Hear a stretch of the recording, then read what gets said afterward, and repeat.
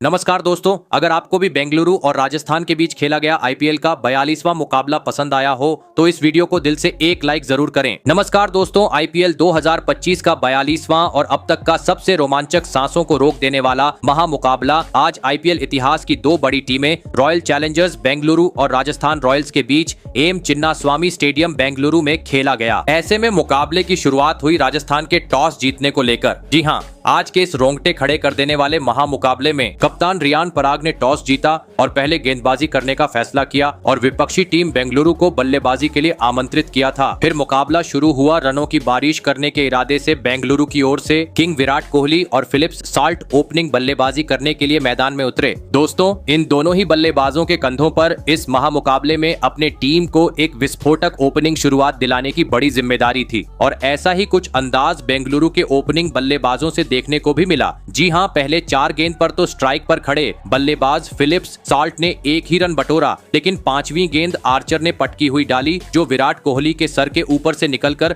सीधा सीमा रेखा के पार चली गई। वहीं अगली गेंद पर भी आर्चर ने बाउंसर डाली, जहां पर विराट कोहली ने पीछे की ओर एक बेहतरीन शॉट जड़ते हुए एक चौका लगा दिया और अपने पारी का आगाज कर डाला। आपको बता दें, पहले ही ओवर में बेंगलुरु में आज 11 रन बना लिए। फिर दूसरा ओवर राजस्थान की ओर से फजल हक फारूकी लेकर आए, जहां पर उन्होंने पहली 5 गेंद तो काफी सही लाइन और लेंथ से डाली, लेकिन अंतिम गेंद पर स्ट्राइक पर खड़े बल्लेबाज फिलिप्स साल्ट ने अपना असली रंग दिखाया और सामने की ओर एक जोरदार चौका जड़ दिया। दोस्तों, बेंगलुरु के ओपनिंग जोड़ी ने आज एक बार फिर टीम को धमाकेदार शुरुआत दिला दी थी, क्योंकि इसके बाद तीसरा ओवर राजस्थान की ओर से एक बार फिर जोफ्रा आर्चर लेकर आए, जहां पर पहले 4 गेंदें तो दोनों ही बल्लेबाजों ने सूझबूझ के साथ खेली, लेकिन अंतिम 2 गेंद पर विराट कोहली ने एक बार फिर आतंक मचा दिया और बेहतरीन 2 चौके लगाते हुए पहले 3 ओवर में ही बेंगलुरु को 28 रनों तक पहुंचा दिया। दोस्तों, पावर प्ले होने के चलते बेंगलुरु के दोनों ही ओपनिंग बल्लेबाज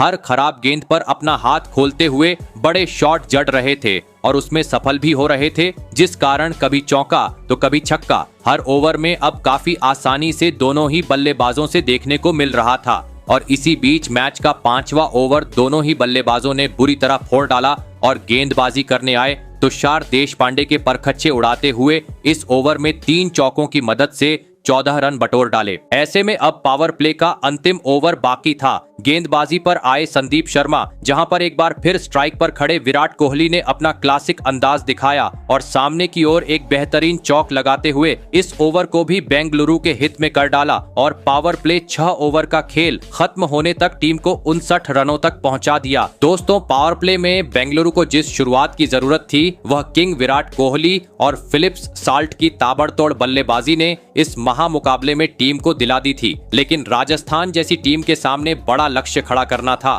तो पावर प्ले के बाद भी इन दोनों ही बल्लेबाजों को अपने इसी लय को बरकरार रखते हुए एक ताबड़तोड़ अंदाज में साझेदारी निभाना जरूरी था। लेकिन दोस्तों, पावर प्ले के बाद राजस्थान की ओर से अगला ही ओवर लेकर आए हसरंगा ने बेंगलुरु की इन सभी उम्मीदों को चकनाचूर कर डाला और ओवर की चौथी गेंद पर स्ट्राइक पर खड़े फिलिप्स साल्ट को हेटमायर के हाथों कैच आउट करवाते हुए बेंगलुरु को इस मुकाबले का पहला झटका दे दिया। आपको बता दे, फिलिप्स साल्ट 23 गेंद में 26 रन की पारी खेल आउट हुए। ऐसे में बड़ा झटका लग जाने के बाद अब बेंगलुरु की ओर से मैदान में उतरे देवदत्त पडिक्कल। फिर 8वां ओवर राजस्थान की ओर से खुद कप्तान रियान पराग डालने आए, जहां पर विराट कोहली ने दूसरी गेंद पर एक बेहतरीन शॉट जड़ते हुए 4 रन तो बटोरे, लेकिन इसके बाद काफी खराब बल्लेबाजी बेंगलुरु के खिलाड़ियों से देखने को मिली, जिस कारण इस ओवर में बेंगलुरु की टीम मात्र 7 ही रन बना पाई। दोस्तों, पावर प्ले बीते हुए 3 ओवर का खेल हो चुका था, लेकिन इसके बावजूद अभी तक कोई भी छक्का दोनों ही बल्लेबाजों से मैदान पर देखने को नहीं मिल रहा था।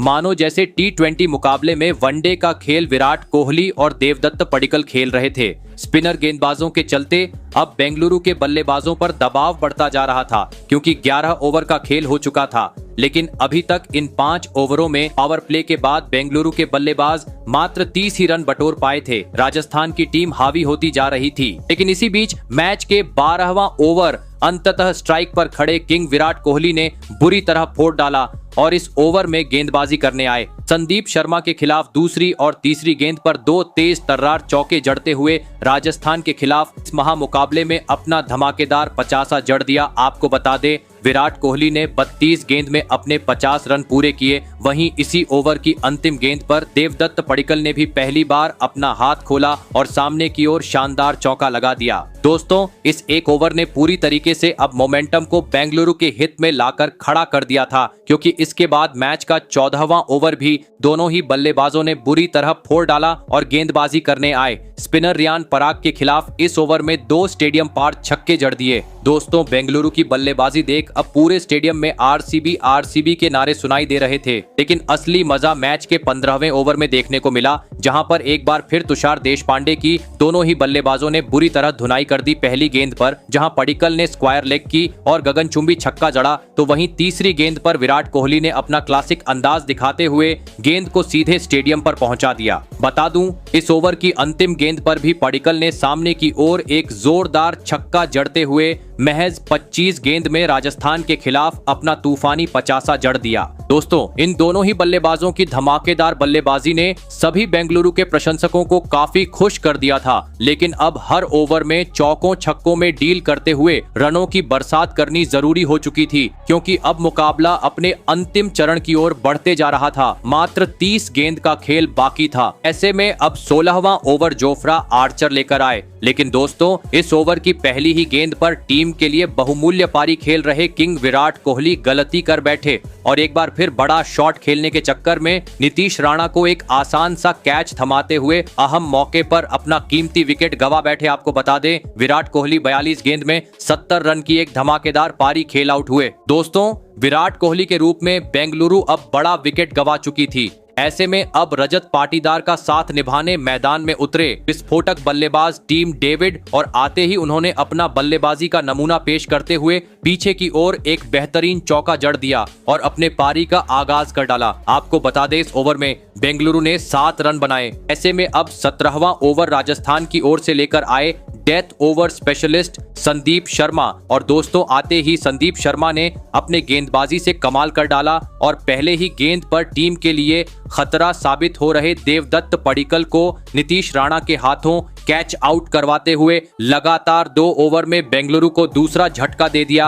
आपको बता दे, पडिक्कल 27 गेंद में 50 रन की पारी खेल आउट हुए। दोस्तों, अंतिम ओवरों में 2 सेट बल्लेबाज पवेलियन लौट जाने के चलते अब पहली बार बेंगलुरु दबाव महसूस करने लगी थी। ऐसे में अब राजस्थान के गेंदबाजों का सामना करने मैदान में आए कप्तान रजत पाटीदार, जिनसे बेंगलुरु के प्रशंसक एक बड़ी पारी की आस लगाकर बैठे थे। लेकिन दोस्तों, राजस्थान के खिलाफ इस माह मुकाबले में कप्तान पाटीदार उम्मीदों पर खरा उतरने में पूरी तरह असफल रहे और 2 गेंद बाद ही खराब शॉट खेलते हुए विकेट कीपर को एक आसान सा कैच थमाकर पवेलियन का रास्ता नाप लिए। आपको बता दे, रजत पाटीदार आज 3 गेंद में मात्र 1 रन बनाकर पवेलियन लौटे। दोस्तों, संदीप शर्मा के एक ही ओवर में 2 बड़े विकेट हासिल करने के चलते पूरे बेंगलुरु के प्रशंसकों में सन्नाटा छा चुका था, क्योंकि अचानक से अब राजस्थान मुकाबले में वापसी करती हुई नजर आ रही थी। ऐसे में अब मैदान में उतरे जितेश शर्मा। अब मात्र 18 गेंदें बची थी। गेंदबाजी पर आए फजल हक फारूकी, जहां पर मैदान में मौजूद टीम डेविड और नए बल्लेबाज जितेश शर्मा ने इस ओवर में धमाल मचा डाला,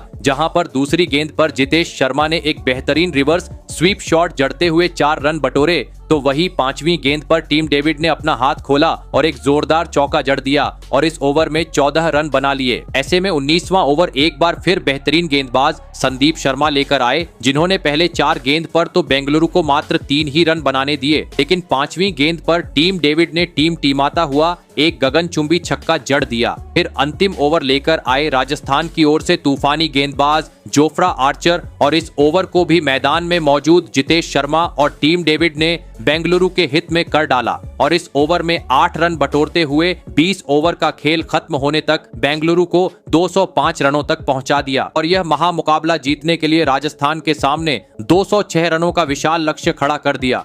ऐसे में दोस्तों, इसके बाद बेंगलुरु से मिले 206 रनों के लक्ष्य का पीछा करने राजस्थान की ओर यशस्वी जायसवाल और वैभव सूर्यवंशी बल्लेबाजी करने के लिए मैदान में उतरे। दोस्तों, बेंगलुरु ने दिया हुआ लक्ष्य बड़ा था, ऐसे में दोनों ही बल्लेबाजों पर ताबड़तोड़ शुरुआत दिलाने की बड़ी जिम्मेदारी थी और ऐसा ही कुछ राजस्थान के ओपनिंग बल्लेबाजों से देखने को भी मिला। जी हां, खास करके यशस्वी जायसवाल के बल्ले से, जिन्होंने मैदान में आते ही आतंक मचा दिया और अपनी पारी की पहली ही गेंद पर गेंदबाजी पर आए भुवनेश्वर कुमार को एक गगनचुंबी छक्का जड़ दिया। लेकिन असली मजा मैच के दूसरे ओवर में देखने को मिला, जहां जायसवाल ने गेंदबाजी करने आए यश दयाल के परखच्चे उड़ा दिए और इस ओवर में 2 तेज तर्रार चौके और एक गगनचुंबी छक्का जड़ते हुए इस ओवर में 18 रन बटोर डाले। दोस्तों, पहले 2 ओवर में यशस्वी जायसवाल तो अपना जौहर दिखा चुके थे, लेकिन अब बारी थी दूसरी छोर पर खड़े वैभव सूर्यवंशी की। और दोस्तों, वैभव सूर्यवंशी ने अपना कमाल दिखाया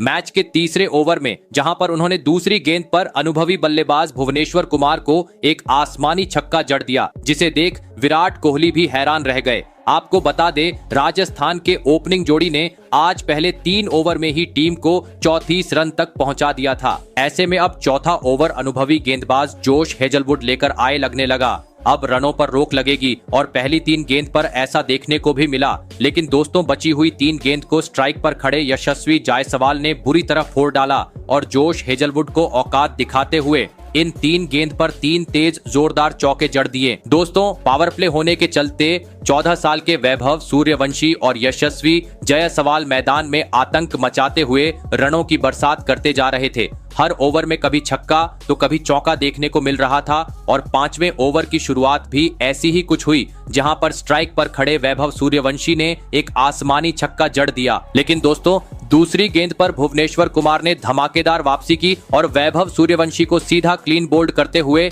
इस महामुकाबले में राजस्थान को पहला झटका दे दिया। आपको बता दें, सूर्यवंशी 12 गेंद में 16 रन की पारी खेल आउट हुए। ऐसे में अब जायसवाल का साथ निभाने मैदान में उतरे नीतीश राणा, और नीतीश राणा ने भी आते ही अपने पारी की दूसरी ही गेंद को स्टेडियम पार पहुंचाते हुए अपना खाता खोल डाला। दोस्तों, राजस्थान का बल्लेबाज कुछ अलग ही इरादे से आज मैदान में उतर रहे थे, क्योंकि जो भी मैदान में आ रहा था बड़े इजड़ते हुए बेंगलुरु के गेंदबाजों की पिटाई करते जा रहा था। ऐसे में अब पावर प्ले का अंतिम ओवर बाकी था। गेंदबाजी पर आए जोश हेजलवुड, जहां पर फिर यशस्वी जायसवाल ने धमाल मचा डाला और दूसरी और तीसरी गेंद पर चौका लगा दिया और चौथी गेंद को सीधा स्टेडियम पार पहुंचाते हुए छक्का जड़ दिया। लेकिन कहते हैं ना, लालच बुरी बात होती है, और ऐसा ही कुछ अगले ही गेंद पर देखने को मिला, जहां पर एक बार फिर जायसवाल ने बड़ा शॉट खेलना चाहा, लेकिन वह इस बार कामयाब नहीं हो पाए और रोमारियो शेफर्ड को एक आसान सा कैच थमाकर अपना कीमती विकेट गवा बैठे। आपको बता दें, यशस्वी जायसवाल 19 गेंद में 49 रन की धुआंधार पारी खेल आउट हुए। दोस्तों, पावर प्ले में ही राजस्थान भले ही अपने 2 बड़े बल्लेबाजों को गवा चुकी थी, लेकिन ताबड़तोड़ शुरुआत के चलते पहले 6 ओवर में ही राजस्थान में अब 72 रन स्कोर बोर्ड पर लगा दिए थे। ऐसे में अब जायसवाल के आउट होने के बाद मैदान में उतरे कप्तान रियान पराग, और आते ही रियान पराग ने भी ताबड़तोड़ अंदाज में अपने पारी का आगाज किया और पावर प्ले के बाद अगले ही ओवर में 5वीं गेंद पर चौका तो 6ठी गेंद पर एक गगनचुंबी छक्का जड़ दिया। आपको बता दें, ये ओवर रोमारियो शेफर्ड कर रहे थे।